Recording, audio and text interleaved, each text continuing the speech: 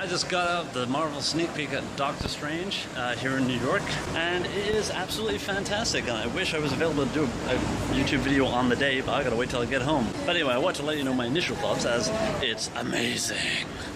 Yes, I'm incredibly biased because it's my favorite character, but what are you gonna do? I'm allowed to love it.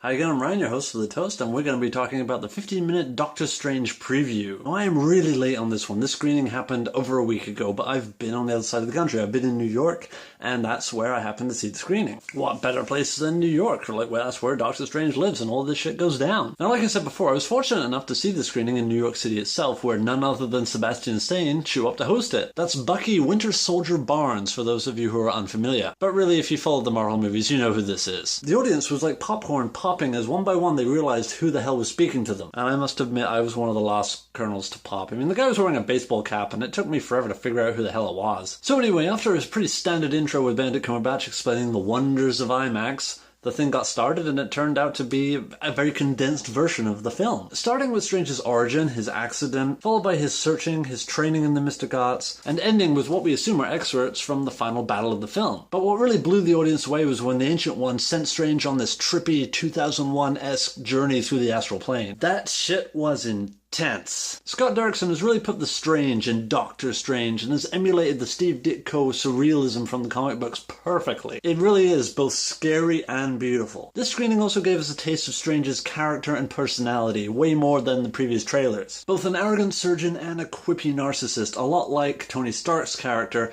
which kind of makes sense because they're grooming Strange to take over from Robert Downey Jr. after he leaves the MCU. I think they just wanted someone else with stylish facial hair. We also get a lot of references to other Marvel movies like the Avengers and Rhodey breaking his back at the end of Civil War. We got so many references in a 15-minute preview, just imagine what the whole movie's gonna bring. Plus we get pretty solid hints of Dormammu, Strange's primary villain. I mean, it could be argued both ways, but what we saw emulates the very, very old classic style of him with the lines. You'll see. Overall, the screening left me wanting more and is a really good boost for the film's marketing. Because face it, not many people know this character, and without the big red Marvel logo, the audience would probably not look even twice at it. Of course, having Benedict Cumberbatch does help with that, especially with the Tumblr demographic. But Benedict Cumberbatch in general is just a great stage actor. I mean, this movie is full of good actors with Ejiofor and Tilda Swinton. I mean, even Benedict Wong. There is some serious acting backbone in this movie, and I hope the audience recognizes that outside of just being a superhero movie. But I also do like the fact that as a superhero movie, it's not really a superhero